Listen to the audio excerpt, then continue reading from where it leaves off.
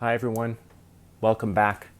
Happy long weekend. Happy Thanksgiving to all my Canadian viewers, my fellow Canadians. If it's not Thanksgiving, you don't have the day off if you're in other parts of the world. Thank you for joining me. Happy Monday. So we're going to do the show a little bit differently today. Usually I try to talk about one thing for maybe 4 or 5 minutes. But today I have a bunch of stuff to cover because it's been 3 days since I've done a show. So we're going to do some quick hits and maybe 4 or 5 2-minute segments instead. And then if something develops into a longer segment later in the show, we'll come back and cover it later. So the things I want to talk about today are 2 projects that had rough drops on Friday and what they're doing to make it right. A working smart contracts marketplace. And then 3 or 4 cool things that I found over the weekend, whether they are just new to me and I'm excited about them, or new to everyone. We found a couple of those as well. And I'm gonna have to figure out with editing, I'll do a star wipe or something. Stick around. So first of all, I wanted to talk about 2 rough drops that happened on Friday. 2 pretty well-known projects, Ada Ninjas and Dead Pixels times Cipher Kicks, had pretty rough drops. And if you participated in either of these, you probably already know the full story, but I wanted to talk about these to educate some of the people who are new to the space or are worried about getting into NFTs because of things like this happening. Now, in Ada Ninja's case, they posted an incorrect transaction address on Twitter. They posted it to 3 different places, and it was just a human error. Now, I have done this myself, not on this scale, but I have a couple wallet addresses myself. If I've sent people, people who've won giveaways send me their address, or if I'm trading something with a friend or whatever, I have a bunch of addresses, and it's hard to know which one is which just by looking at it. When I'm actually sending an asset or sending ADA, I verify, say, the 10 digits at the beginning and then the 10 digits at the end, and I haven't sent anything or lost anything where I should have. But if someone said, hey, put up your address so I can have a look at it, I might drop the wrong one. And so it was a human error, but they were very upfront. Ada Ninjas, the team at Ada Ninjas, was very upfront about what happened. They've dissected and discussed about what happened and what they're going to do to fix it. And they announced some recompense for the people who sent money to the wrong address. Not only was it refunded, but those people who submitted those transactions are going to get early access to season 2 of Ada Ninjas, among a couple of other things. So I'll put the link to that tweet in the description, and we'll look at it on the screen here for a second. The second drop was Dead Pixels. Now, this was a technical issue.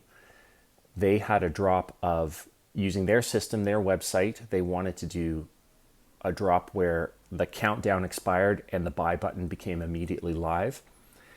And before the launch, there were 1,800 people ready to hit the buy button on 200 pieces in the drop, and their website crashed. So they've been very transparent as well. Not only did they announce within 15 minutes, they shut it down, told everyone what was going on, and had regular updates during the period where everyone was frustrated and wondering, have I lost it? Am I going to get one? Am I going to get refunded? That's a very frustrating time when you're waiting on a drop. They were very clear about the communication as it was happening. They released an executive summary and an incident report the next day. I'll link to that in the description as well. And told everyone what happened and what the remedy was going to be. So their remedy was, after 183 of the 200 pieces got sent out correctly, they figured out everyone else who missed out and raffled those spots off in Discord. And a few hours later, they were all sold out.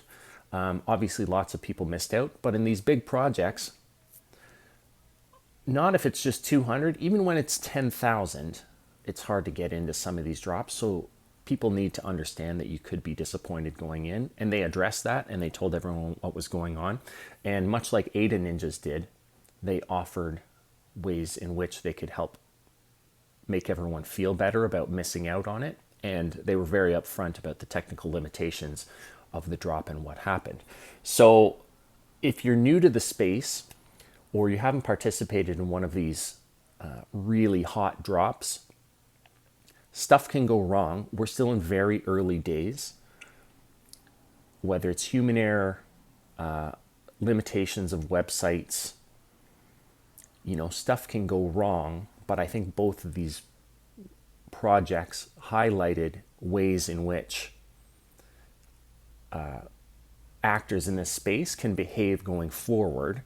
Be very clear with communication about what's going on. Tell everyone your analysis of what went wrong, and give people who missed out because of the error, give them some sort of chance to either get into the project they originally wanted to, or a leg up on future iterations of the project. So even though stuff went wrong, I applaud both of those projects on the way that they handled it. It does build a lot of trust in this community when, stuff goes wrong. But instead of saying, hey, sorry everyone, thanks for spending money on us, see you later, these projects both said, you know what, this was a bump in the road. We have a lot of stuff going forward, and we want to make the community, we want to make access to the community of holders as fair and nice a proposition as possible. And that's one of the things that I really think episodes like this show, is that, it's still to a large degree the Wild West out there. There can be scammers, there can be fakes, there can be people who put out a shoddy product, and if it doesn't do well, then they don't do anything to fix it. But these are quality projects that everyone wanted, and when some people were disappointed, the projects and their leads made up for it. So I applaud them for that, and I wish them, every day I post a list of today's mints and I say, good luck to everyone buying and selling. Usually I mean that in the sense, good luck to everyone who wants to buy. I hope if you really want something, you get a slot, you get a spot in line. But I'm also wishing good luck to people selling the project, because I want the network to be smooth. I want websites to work the way they're supposed to work. And I want, all these project creators want their stuff to get out into the hands of people who are interested in supporting the project. But it doesn't always go perfectly. So I think they both dealt with it very well. And I think they showed to the community that they're stand-up people and they wanted to make things right. So good luck to everyone on drops going forward. So the next big news item that happened this weekend was the opening of spacebuds.io. There was a live demo featured on Jack Ingram's YouTube show where Alessandro, who's the creator of Berry Pool, Spacebuds, and Nami Wallet, they did a live smart contract enabled trade of a Spacebuds live on the air. This type of smart contract enabled buying and selling and marketplace is going to allow royalties, fractional trades.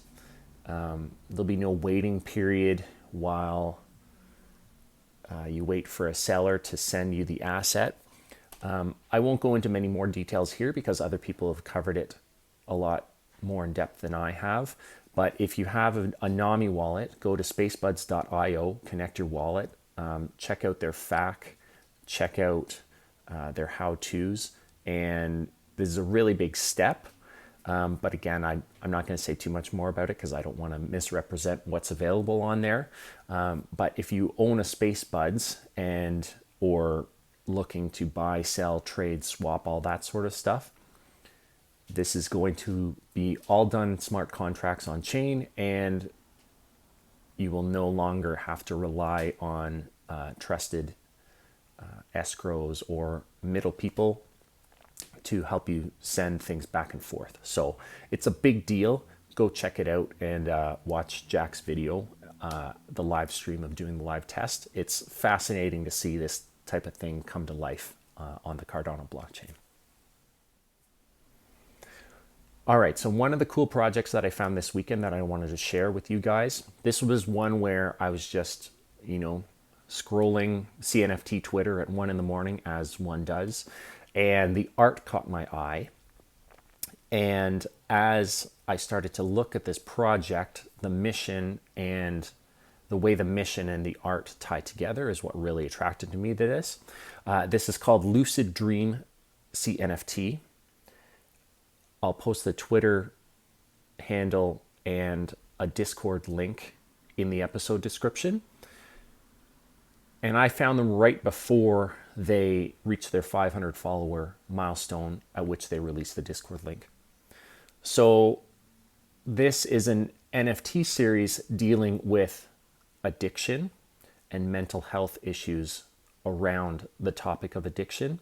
And they've got several waves of exploring different ideas. Talking about addiction to social media is the first one. And it's really cool art and a really cool project. So I've been in touch with the creators a little bit about talking more about their roadmap. So this is definitely one I want to come back to in the future. But in the meantime, go check out their Twitter, go check out some of the art that they've already posted. And this is one to keep an eye on going forward, I think. So the last thing I wanted to shout out today is there is a new service for appraisals and certification of NFTs on Cardano, and it's at CNFT_art. And this is an appraisal and valuation and certification service for Unsigs. They've said that they are going to add other projects in the future, but essentially what's happening right now is if you own an Unsig, you can register your CNFT with this service, and they will show an appraisal of rarities, features, and attributes, and they'll mint that appraisal as an NFT, which you then own. So not only if you have an Unsig, not only do you get to show off the piece itself, but this is a high-level appraisal and certification of that CNFT that gives you basically an infographic of all its attributes and all its rarities. And this type of third-party service for CNFTs, I think, is really beginning to mark a maturity of the marketplace. As I mentioned a couple of times before, profile picture CNFTs that don't really do much aren't going to last for a long time. But the really high visibility and the really high value projects are going to develop these secondary service industries on the blockchain and in the CNFT space. And ultimately it becomes another tool that, and if you want to go buy a used car, you can look up Carfax. You can see the owner history. You can see anything that's ever happened to it. There's a lot of, if you want to go buy a used car, there's lots of tools that you can use to help you appraise whether something is a good deal or a bad deal. And those things are starting to come to CNFTs as well. So it's very exciting to see stuff like this. I don't own an Unsig. I don't know when in the future I might be able to acquire one for myself. That's a bit of a whale dream of mine, obviously. But these types of tools, things like spacebuds.io and CNFT Art, that's a professional appraisal service. These are really adding to the, like I said, the maturity of the CNFT space and the depth and breadth of things that people do and the ways in which we can inform people either new to the space or people who have already been here for a while. But it's really exciting things are starting to develop. So that's really good to see too.